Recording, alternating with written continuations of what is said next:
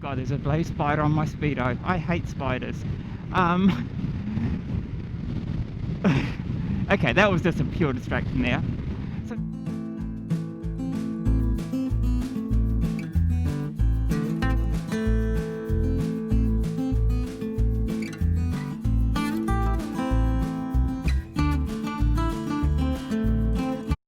hey everyone, well, it's Mickey from Happily Lost, and we are taking, well, not much of a trip, but we're going into uni to do some work, as one does when they're finishing their masters.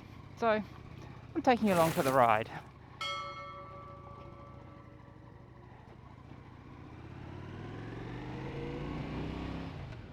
So yeah, let's get into it.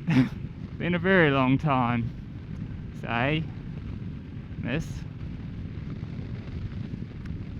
So what am I going into uni about? Well, we are going in to work on my dissertation. So okay, what is my dissertation about? Well, I am looking at orgasm capacity and experience for trans women post-genital surgery. That's what I'm actually looking at. I went through and did about 10 interviews with trans women, talking about their experiences with the surgery,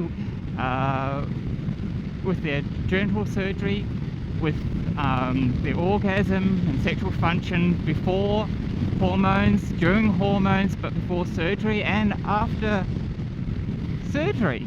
And I just realised it's probably a better idea if I had the clear visor on so you can actually see my face, but anyway, I'm not one for wearing the clear visor on a bright sunny day like this, and boy is it a nice day. Too nice to be stuck inside, I think. I think it's one of those days where it's just better off being, well, out on the bike, hence the lovely day to go for a ride.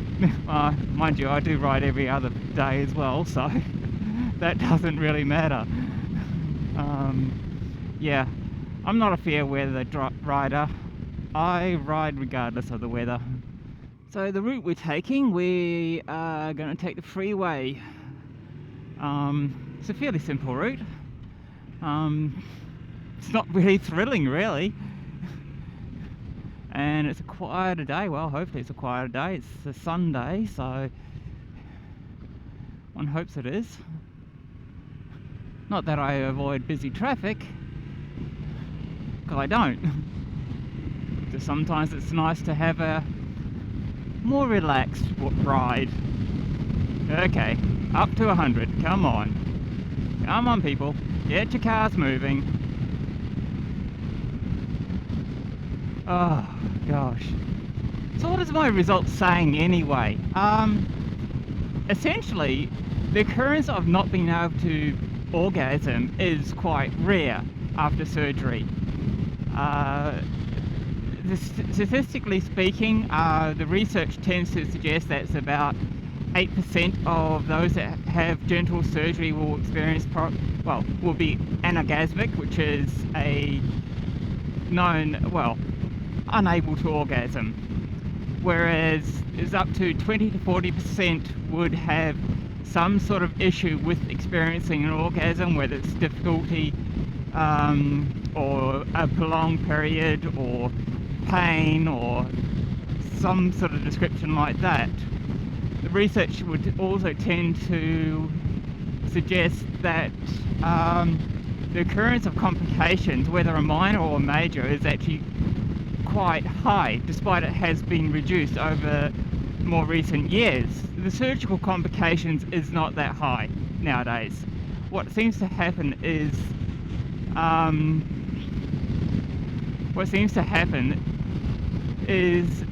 the complications are more healing based.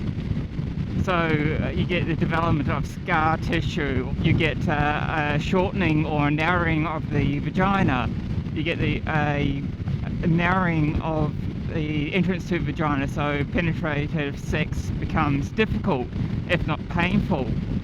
Sensation wise, majority of people don't lose sensation, but it does take a significantly long period of time for the nerves to reconnect and so that you can get sensation back. Some people, it can take 12 months, if not longer, to actually reconnect those nerve endings. There may be a dulled sensation of the nerve endings, but that's different again. So, yeah, generally speaking, people who have genital surgery actually have a very favourable outcome. On saying that, some have a traumatic experience during surgery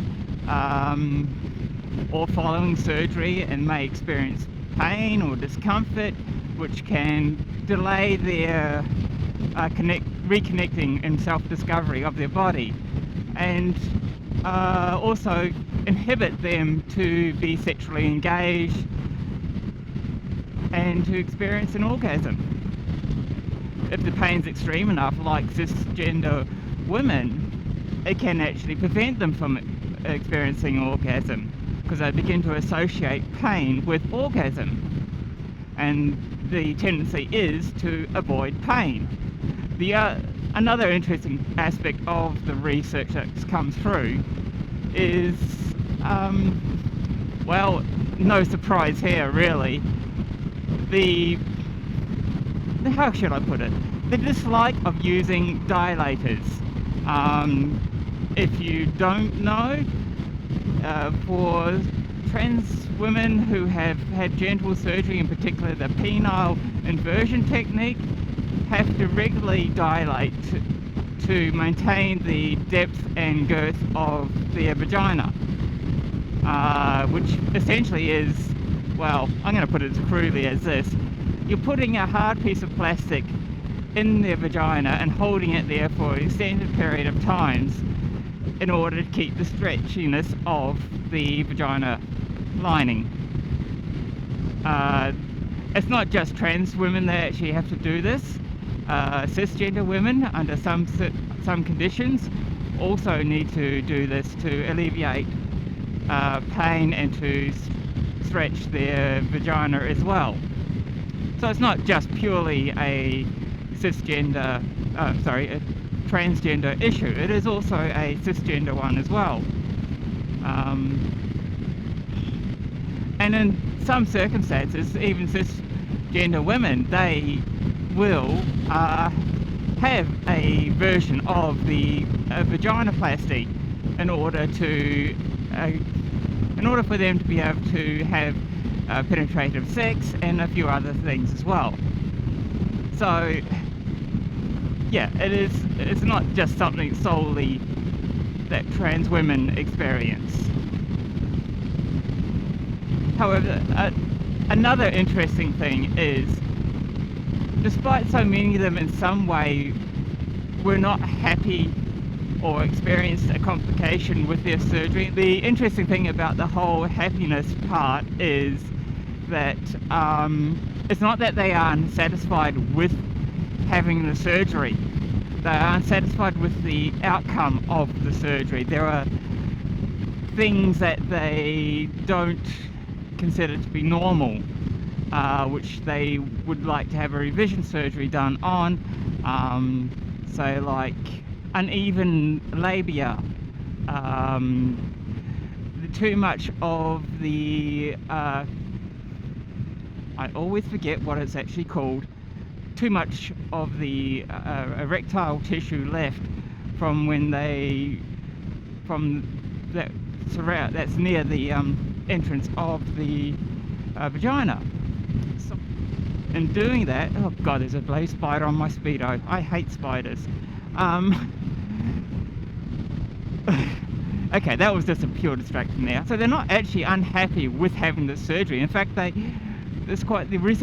my research tend to say they're something completely different, in that they are actually very, very happy that they had the surgery. They're just not entirely happy with the outcomes of the surgery. So a subtle distinction there, I suppose. So not one of my participants actually regretted the surgery. Not one of them regretted having transitioned.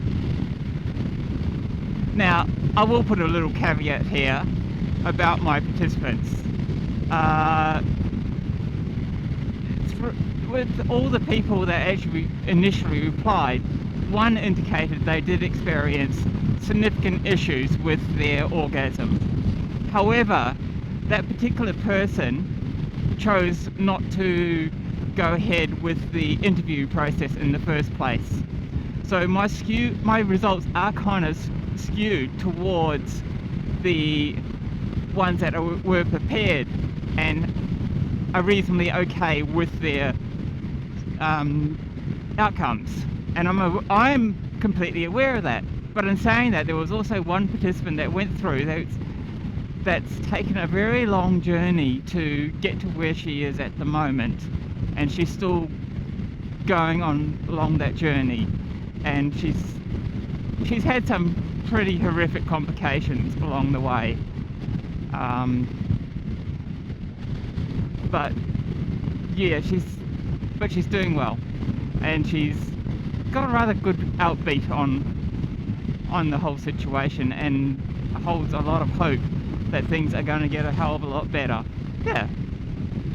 So that's what my research has really sort of indicated anyway, is that despite the outcomes, whether they were happy or not with the research, they were glad that they did go through with the surgery, and they were, to a greater extent, orgasmic and experienced orgasms. And the orgasms over time improved for majority of them. It just took time for everything to heal up and for them to actually relearn how to orgasm. When you think about it, not a lot of these women, they went through a period of being able to orgasm from one sort of form of action, and consequently, because of the surgery, they don't have that mechanism anymore. It's different. So they need to relearn how to actually, what feels good and how to orgasm. And that can, for some, it was rather quick.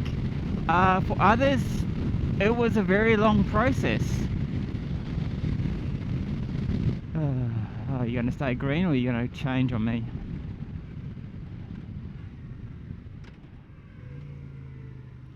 Good.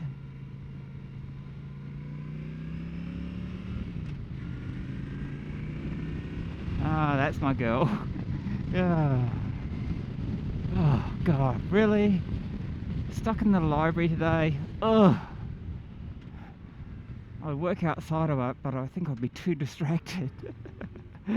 Oh, okay. I'm actually going to shut up now and just finish this right off, which I forgot to say at the very beginning. Typical. Stuff up my own intro.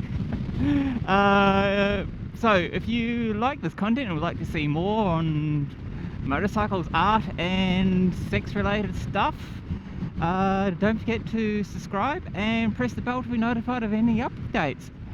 And while we're at it, I've also got the Facebook, the Instagram, my website, and of course the merchandise site, which links are all down in the description.